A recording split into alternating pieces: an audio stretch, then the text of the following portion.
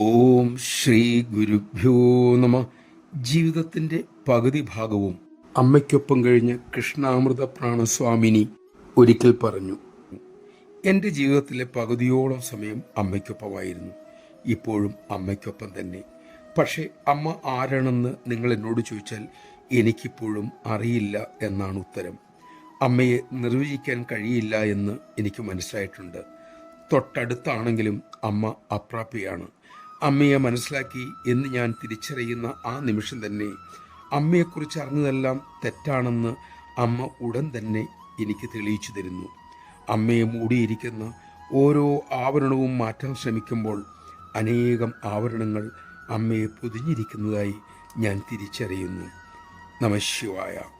അമ്മയെ അറിയാൻ ശ്രമിക്കാതെ അമ്മയുടെ ആ പ്രേമം അനുഭവിച്ചത് ഓർക്കാനും അതിനനുസരിച്ച് ജീവിക്കാനും ആ പ്രേമം നമ്മിലേക്ക് ഒഴുകുന്നതിന് തടസ്സമായിരിക്കുന്നതിനെ തട്ടിയകറ്റാനും നമുക്ക് ശ്രമിക്കാം.